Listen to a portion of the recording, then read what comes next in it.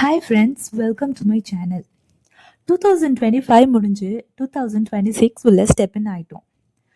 But ஒவ்வொரு வருஷமும் year மாறிட்டே இருக்குதே தவிர நம்ம எல்லா ஹோம் மேக்கர்ஸோட லைஃப் அப்படியே தான் இருக்குல்ல அப்படின்னு யோசிக்கிறவங்களுக்கு தான் இந்த வீடியோ. ஒவ்வொரு நாளும் நம்ம என்னடா அதே வேலை தான் பண்ணுறோம் அப்படின்னு அவங்க மனசில் ஓடிக்கிட்டே இருக்கு.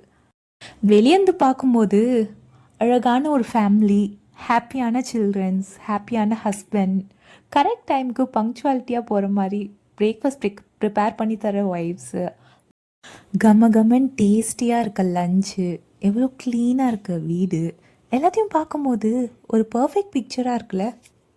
ஆனால் ஒவ்வொரு வீட்லேயும் இருக்க அம்மாங்க கிட்ட போய் கேளுங்களேன், நீங்கள் ஹாப்பியாக இருக்கீங்களா, கம்ப்ளீட்டாக ஃபீல் பண்ணுறீங்களா அப்படின்னு. அவங்க எல்லாமே இருந்தாலும் அவங்க மனசில் ஒரு எம்டினஸ் இருக்கும்.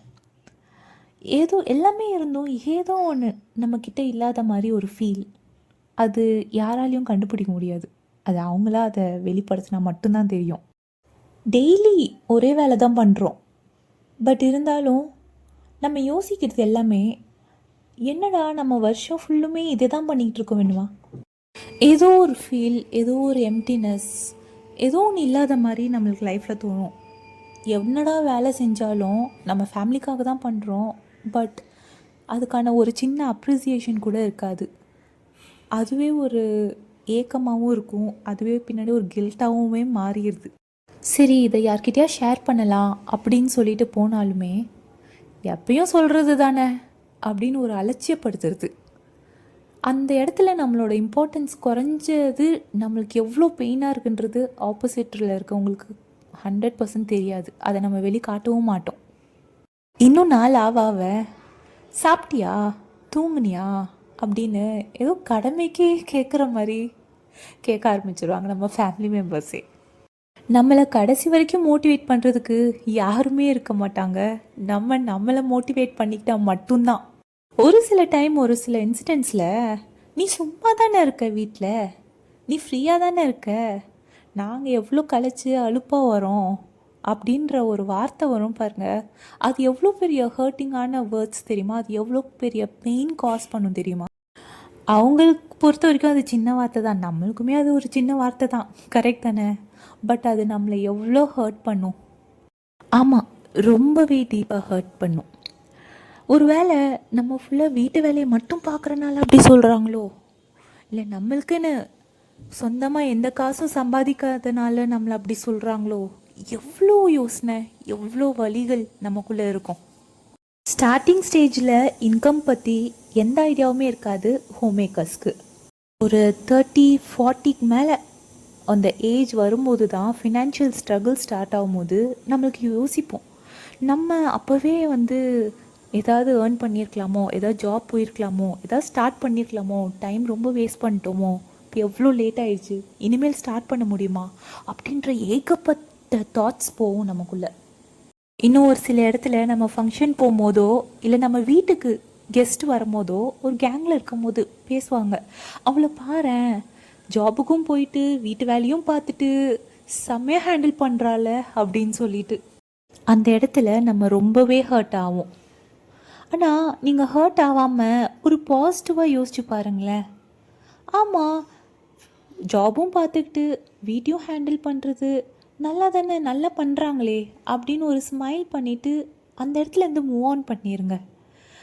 இந்த இடத்துல தான் நம்ம வேறு மாதிரி யோசிச்சுட்டு ஒரு கம்பேரிசன் பண்ண ஆரம்பிப்போம். இப்போ இருக்க ஜென்ரேஷன்ஸும் ரொம்ப அதிகமாகிடுச்சு. ஒருத்தரோட லைஃப் வேறு வேறு. அவங்க எந்த லைஃப் சுச்சுவேஷன்னால அவங்க ஜாப் போகிறா, எதுவுமே பப்ளிக்காக யாருமே சொல்ல மாட்டாங்க. எல்லாமே ஒரு ப்ரைவேட் லைஃப் தான். ஸோ ஒருத்தவங்க அவங்கவுங்க லைஃப்பில் அண்டர்கோ பண்ணுறது நிறையா இருக்குது. அது வெளியேருந்து பார்க்கும்போது தெரியாது, அவங்களோட ஷூஸ்லேருந்து பார்த்தா தான் தெரியும். ஸோ யாரோட லைஃப்பும் அவங்களோட லைஃபோட கம்பேர் பண்ணவே பண்ணாதீங்க. ஒருத்தவங்களுக்கு ஒரு டேலண்ட் இருக்குது, டேலண்ட் இல்லாத ஆளே இல்லை. உங்களுக்கு என்ன டேலண்ட்றதை நீங்கள் கண்டுபிடிங்க. ட்ராயிங்காக இருக்கலாம், ரைட்டிங்காக இருக்கலாம், ரீடிங்காக இருக்கலாம், எதுவாக வேணாலும் இருக்கலாம். உங்கள் டேலண்ட் என்னன்னு ஃபஸ்ட்டு ஐடென்டிஃபை பண்ணுங்கள். நீங்கள் யாருன்றதை ஃபஸ்ட்டு ஐடென்டிஃபை பண்ணுங்கள். உங்களுக்கு எது வரும் எது வராது அதை ஜேர்னல் பண்ண ஆரம்பிங்க. உங்களுக்கு பிடிச்சது பிடிக்காதது எல்லாத்தையுமே எழுத ஆரம்பிங்க. அது பண்ண பண்ண நீங்கள் யாருன்றதை உங்களுக்கு நீங்களே அறிய ஆரம்பிப்பீங்க. ஃபேமிலியில் ஏதாவது ஒரு டெசிஷன் எடுக்கும் போது நம்ம வாய்ஸ் கொடுத்தோம், அந்த வாய்ஸ் எடுபடாததுக்கு காரணம் நம்ம சம்பாதிக்காததுனால தான் அப்படின்ற தாட்ஸ் எல்லாமே வரும். பசங்க எல்லாமே அவங்க அப்பா கிட்ட தான் கேட்குறாங்க. நம்மளால் சம்பாதிக்க முடியாதனால நம்மளால் எதுவுமே வாங்கி தர முடியலையே அப்படின்னும் ஃபீல் பண்ணாதீங்க.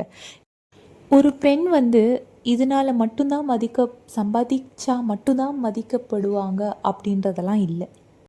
ஆனால் இதுவும் ஒரு காரணமாக இருக்கலாமே அப்படின்னு தான் நான் சொல்கிறேன். எதுவுமே லேட் இல்லைங்க. நீங்கள் எப்போ ஸ்டார்ட் பண்ணாலுமே ஒரு நல்ல ஒரு மனசில் நிம்மதி தருதுன்னா அந்த விஷயத்த நீங்கள் எப்போ ஸ்டார்ட் பண்ணாலும் அது கரெக்டு தான்.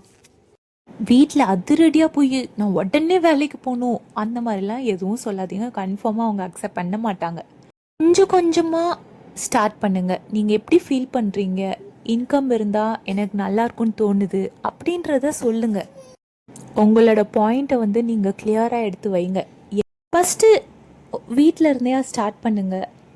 ரொம்ப சின்ன இன்வெஸ்ட்மெண்ட்டில், லோ காஸ்ட் இன்வெஸ்ட்மெண்ட்டில் ஸ்டார்ட் பண்ணுங்கள். இட்லி தோசை மாவு பேட்டராக இருக்கலாம், இல்லை மசாலாஸ் நல்லா போகும். உங்கள் ஃபேமிலிக்குள்ளேயே ரொட்டேட் பண்ணுங்கள். உங்களுக்கு எது நல்லா வருமோ, உங்களுக்கு எது கன்வீனியண்ட்டாக இருக்குமோ அதை ஸ்டார்ட் பண்ணுங்கள். வீட்டிலேருந்தே எவ்வளவோ இருக்குது ஜாப்ஸு. நீங்களே உங்களுக்கு எது வருன்றதை நீங்கள் உட்காந்து யோசிங்க. இது பண்ணால் நல்லா போகும். இல்லை ஊறுகாய் நல்லா போடுவீங்களா?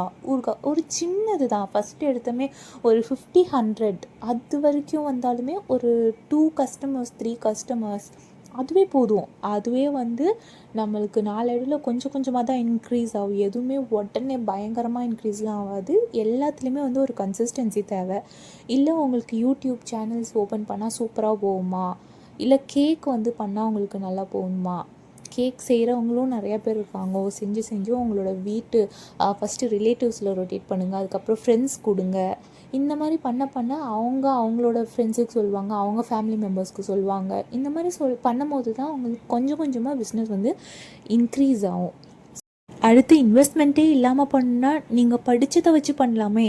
டியூஷன் ஹோம் டியூஷன் பண்ணலாம். வீட்டில் எவ்வளோ பசங்களை கூப்பிட்டு ஒரு ஃபஸ்ட்டு 2 பசங்க 3 பசங்க அப்படி தான் ஜாயின் பண்ணுவாங்க. போக போக தான் இன்க்ரீஸ் ஆகும். ஸோ இந்த மாதிரி ஸ்டார்ட் பண்ணிவிட்டு சின்னது தான் ஸ்டெப் பை ஸ்டெப்பாக ஸ்டார்ட் பண்ணி பாருங்கள். Thank you friends. என்னோடய வீடியோ பிடிச்சிருந்தா லைக் சப்ஸ்கிரைப் பண்ண மறந்துடாதீங்க. உங்களோட சப்போர்ட் எனக்குமே தேவை. ஸோ சப்ஸ்கிரைப் பண்ணுங்கள். நோட்டிஃபிகேஷன் ஐக்கானை கிளிக் பண்ணிக்கோங்க. நம்ம நெக்ஸ்ட் வீடியோவில் பார்க்கலாம். பாய்.